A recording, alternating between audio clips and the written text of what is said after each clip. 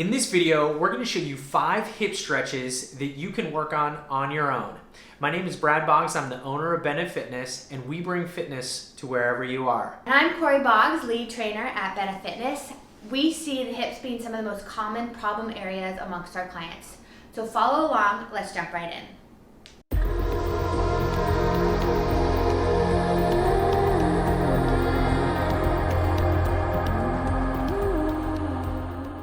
The first stretch that we're going to take you through is called the 90-90 hip stretch. Brad has super tight hips, one, because he sits a lot, 2, because he's been working out a lot, so we want to practice on opening up those hips so he can move a little more efficiently throughout the day.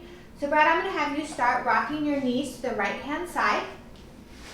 Good. And then from there, we want to look at our angles of our knees and then the lines of our heels. So we want to make sure that our angles are 90 degrees at our knees. Then our heel is lined up with our knee and then with our back heel.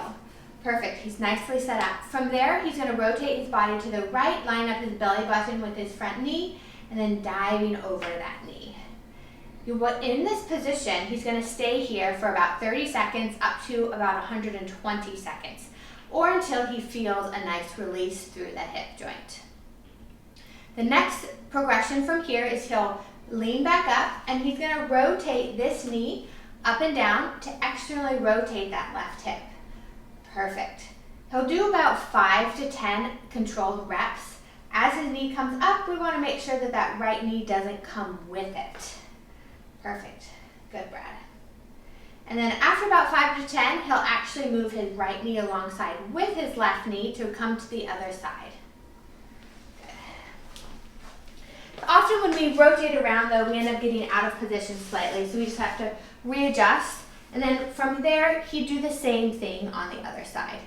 Diving his belly button over that knee, not letting his shoulders round forward. He has a nice tall chest, and holding it for the time. And then if he feels a release before then, he's welcome to come right back up. And then we do the rotations with the knees as well. Again, about 5 to 10.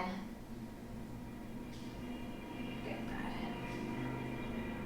And that's stretch number 1. The second stretch that we'd like to show you is a figure 4 stretch. We often see people doing this fully lying on the ground with the feet just lifted up.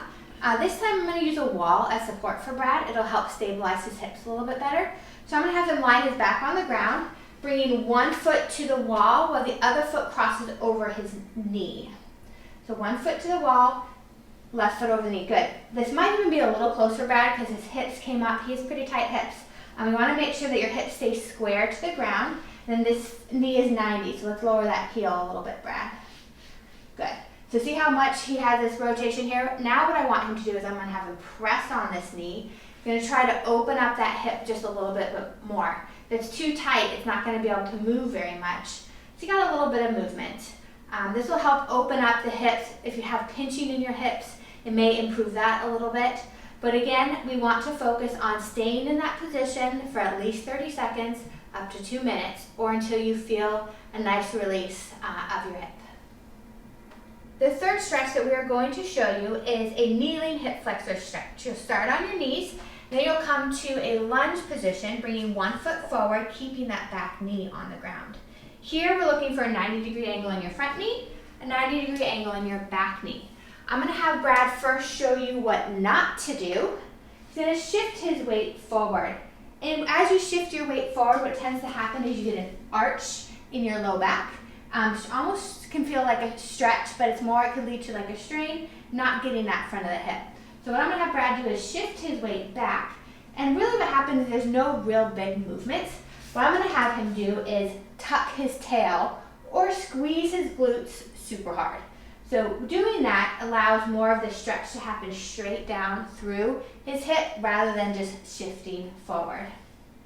You notice a difference in that, Brad? Oh yeah, you definitely feel it straight down, really tightening your core. Like Corey said, tucking that tail, you definitely feel that. You don't need that excessive lean to really feel if you're doing it properly. Then the next thing that you can do if you want to get a little bit of your quad as well, all you have to do is tuck this toe up. Good.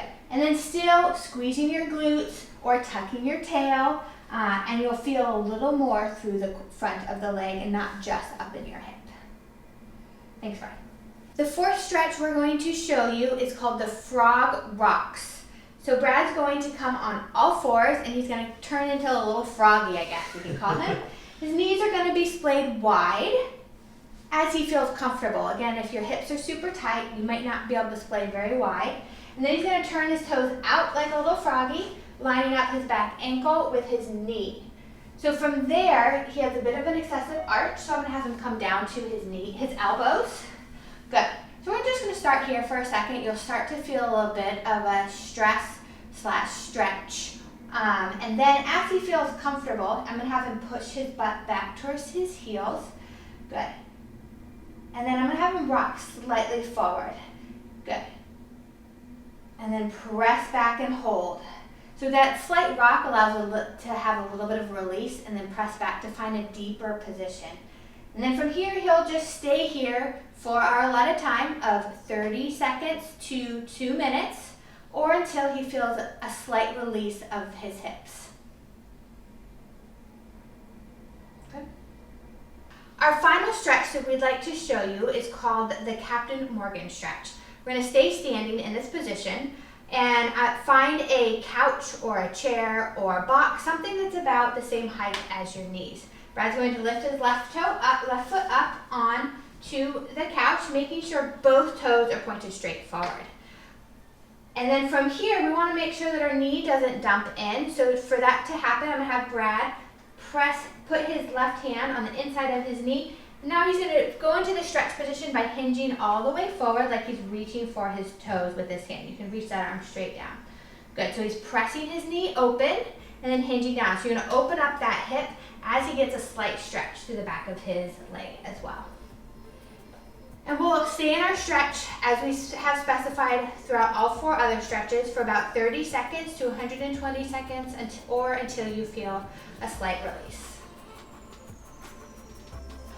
If you find that you have hip tightness or knee pain or low back pain, I'd encourage you to do these stretches at least 3 to 5 times a week just to help open up those hips. It'll make you walk more at ease, climb stairs without pain, or even sit for long periods of time without getting that achiness in your pain. So I encourage you to try these out on your own. We just gave you 5 amazing stretches to really help with your hip mobility that you can do at home. We really encourage you to try these out and then let us know what you think. Comment below. We'd love to hear your feedback. You know what? We'll see you next time. Thank you.